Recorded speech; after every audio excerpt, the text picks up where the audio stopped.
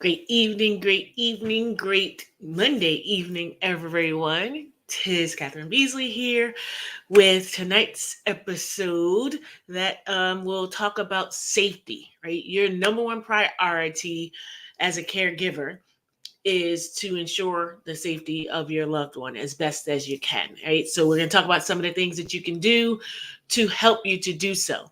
Um, and so I want to say happy Alzheimer's and Brain Awareness Month again to you and all. But we're going to start here with decluttering, right? And if you're anything like me, it's a chore. But you want to declutter and make sure you have clear spaces throughout your home for your loved one to be able to navigate without possibly tripping over anything, right? Removing all of the tripping hazards, having a level floor throughout the home. So if you have all of those little humps as you're going from one room into the next, maybe getting those up so that it's a smooth level um, flooring for them to be able to navigate. If your loved one uses a walker or a wheelchair, you want to make sure that they can get around easily within the home. So it may require some changes to your home in order to ensure that your loved one is safe and able to maneuver carefully.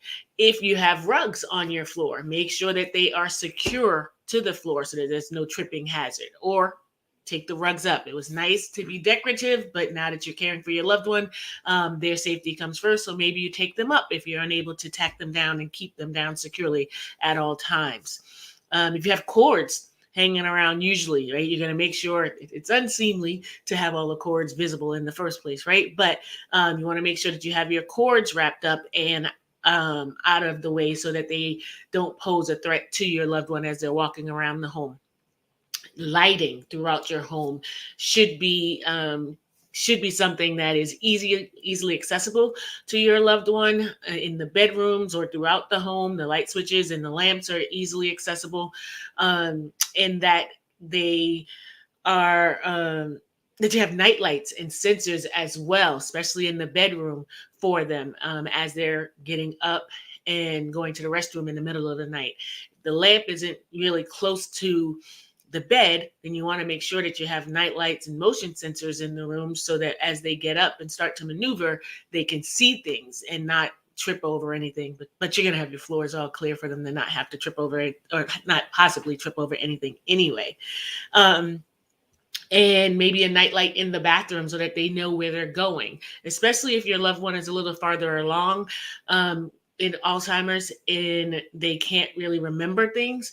Then you want to make sure you have a nightlight on or maybe a sign on the different doors to indicate what is what, which room is which rooms, like the bathroom. When you're going into the kitchen, maybe what closet and what's in the closets is something that you would look into as well. The doors and doorways. So this is twofold, and a lot of this is twofold, and it just depends on how far along in the disease your loved one is, whether they actually will need um, door handles that are easier to maneuver because their hand strength, right? Their mental capacity is fine, and the issue for them is that they need things that make it easier for them, or are they farther along and now you're worried about them possibly leaving the home and falling downstairs for basement things purposes, right? So you want to either make sure that your knobs are easy to turn for your loved one if they have trouble with their grips or arthritic, or that you have some adult proof um, doors, right? The little handles that you can put on, snap on there and make it a little bit harder for them to be able to turn the doorknobs to open up the basement or to open up the door to get out of the home. Because um, one of the key symptoms that and stages that they go through with Alzheimer's for sure is wandering, and you don't want them to easily exit the home. So you want to have locks on the doors that they can't reach possibly. And the door handles to make it a little bit harder for them to be able to leave the home. You want to have door chimes so that you hear when the door is open and can be notified that maybe they're about to leave the home without your knowledge, right? So you want to look into those types of things. In the kitchen, make sure this is for everyone, not just if you have someone you're caring for with Alzheimer's or dementia, right? You want to make sure you have your smoke detectors that are checked on it says yearly. You want to check them on a monthly basis, right? Make sure the batteries and are good and that they will actually go off. You want to make sure you have a fire extinguisher that's been checked within the time frame that it needs to be. I'm not sure if it's every 6 months or every year, but make sure it's a functioning fire extinguisher nearby just for any issues for you, whether you're caring for someone with Alzheimer's or not. And again, either having items available like the doorknobs or the drawers, etc., that are easy for someone who is mentally okay, just needs some care or some extra care, right? But can go in the kitchen and do things, then making sure it's easy enough for them to be self-sufficient, or making sure that you're making it less accessible to someone who you don't want turning on the stove and cooking, or gaining access to the pots and pans and maybe breakable items. And so you want to make sure that you are proofing your home appropriately for the person that you're caring for and what stage they're in. A step ladder might be appropriate for someone who can do certain things on their own, and maybe not, depending on how old they are. You just don't even want that, and you'll just help them. But making sure that you are providing them with the tools that they need to be self-sufficient, if in fact they can be, or to keep them from doing things that they shouldn't be doing if they're less self-sufficient and need more of your help.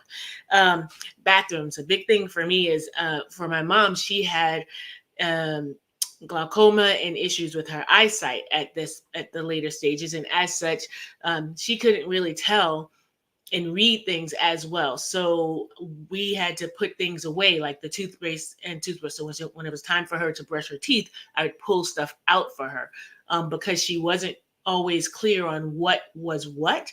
And we didn't want her using something else for toothpaste. So obviously keeping her meds away from her was a deal. If she had any, like she had some pain cream that she would use, looks just like a toothpaste tube. And so there was the possibility of her using that for toothpaste instead of actual toothpaste. So making sure that you either have the essentials easily available to them, or having them hidden or moved away from them, and you're going to help them as they need access to them, because maybe eyesight and not understanding what is what any longer. And then may take some real changes, but if you have a really tall toilet seat, or if your sink is really high and your loved one is shorter, right, you may need to change those to make it easier and safer for them to be able to go to the restroom or to use the sink. Making sure you have grab bars in the bathroom and even along the home for a loved one who may need a little bit of extra assistance as they're walking, because one of the symptoms of Alzheimer's too, or side effects of it, is that they get a little less sturdy on their feet. And so maybe they need grab bars to help them maneuver and get around the home. Having a shower chair or a bench available for them to sit on while they're in the tub. Unless you're running a bath, right? And they would just sit in the bathtub. But having those items available to help keep them safer in the bathroom. Making sure that you stay close when they're in the bathroom as well, so that you can hear if they need assistance. For some people, you will not leave them alone in the bathroom, because you will need to keep an eye on them and ensure that they're being safe, that they are safe in the bathroom there. And then we talked about alarm systems and cameras in bedrooms, even, or in areas where they will be hanging out. If you're like me in my office most of the day, then having a camera in the bedroom, if she's away from me, usually she would sit in the office with me. But for those times when she was away from me for extended periods of time, I get a little worried, wondering what's going on. I have to get up and go check. But if you have a camera system, like even a baby monitor, right, works well for many different reasons. So you can get one of those that will allow you to see what's going on when your loved one is not physically in the room with you too. So having those cameras around, having cameras around outside of your home as well, so that should you miss them when they are trying to leave the home, or when they do leave the home, you can see, and you get notified usually on your alarm systems when your door opens, and the camera will let you know what's going on. So having those outside as well will be helpful. other key safety items, having an ID bracelet that has their personal information, some of, right, their name, a phone number for someone to contact in case of emergency, um, identifying that they have Alzheimer's or some form of dementia, so that anyone who comes in contact with them understands their behavior when they do encounter them and they see them maybe acting erratically when they're out and unfamiliar with their territory, because stages they tend to forget how to get back home and where they're going. So if they get lost, having one of those ID bracelets is good. Having a life alert or some other monitoring system that will, that if they're capable of using correctly, right, they could use to press a button if they're in distress, right? They fell or are afraid or what, for whatever reason, can press a button and be connected to someone who can either get to you um, or get them the assistance that they need as well. They have some trackers that you can put in their clothes or in your loved one's shoes, even, so that if they manage to get away from you, you can then track where they are with those devices as well. So you want to look into a lot of different things, different ways to ensure their safety, to ensure that you know where they are at all times, to ensure that um, that they are comfortable in the home, right? Making things more accessible to them should they need to be made as such with the aging process and maybe becoming arthritic and not being able to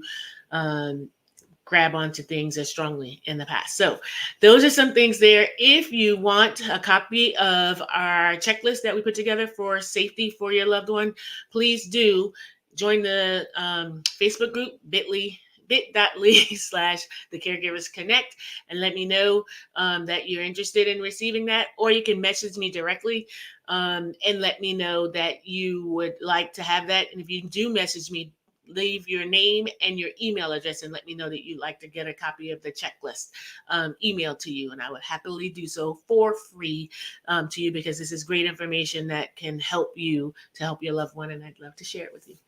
Have a great evening. Bye-bye.